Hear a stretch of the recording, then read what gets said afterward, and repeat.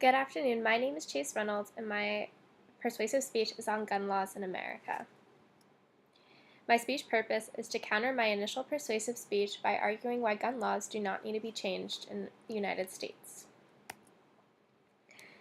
The Bill of Rights is the first 10 amendments of our Constitution, created in 1789 and 1791, ratified by Founding Father James Madison.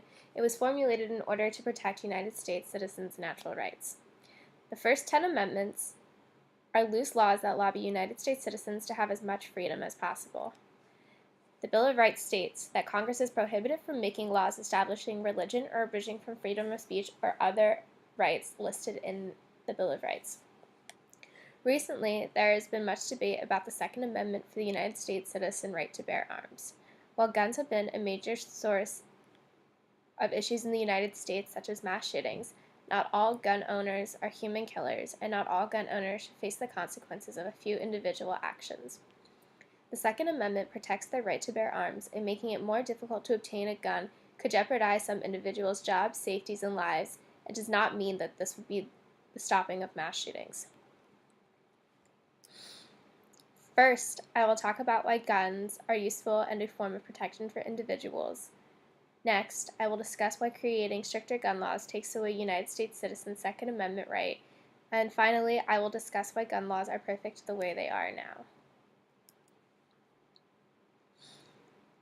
Guns have always been a source of protection as well as a weapon since they were first invented. Used in the Revolutionary War for guerrilla tactics, the hunting rifle could take out a British soldier from far distances. This was the beginning of guns in America and the beginning of the increase for firearms in the United States. Since then, they have developed over time for hunting, gathering, personal safety, and other miscellaneous activities. People in abusive relationships or with unstable family lives keep guns as a feeling of security if they have ever felt their life would be threatened. According to a new poll by NBC News and the Wall Street Journal, 58% of Americans agree with this statement that gun ownership does more to increase safety by allowing law-abiding citizens to protect themselves. The Second Amendment of the Bill of Rights states, a well-regulated militia being necessary to the security of a free state, the right of the people to keep and bear arms shall not be infringed. This argument has come up if the Second Amendment should only be exercised through militia organizations. That would mean that militia organizations would only have the right that law-abiding United States citizens have now. Since the interpretation of the Second Amendment was before the creation of assault weapons and handguns, pro-gun advocates believe now that they are being stripped of their right entirely due to a few people's unstable actions that have led to horrible occurrences such as mass shootings. However, each state in the United States is allowed to make their own laws regarding gun regulation. With that being said, it would be nearly impossible for Congress to pass a law to take away the Second Amendment rights within the next 20 years. Also, with that being said, states that have stricter gun laws on gun control don't have less shootings, as most guns have been obtained illegally when it is a mass shooting occurrence. My example is the state of Colorado. Colorado is the 20th safest state in the United States, but was home to the horrible Aurora 2012 shooting that happened in a 16th century movie theater.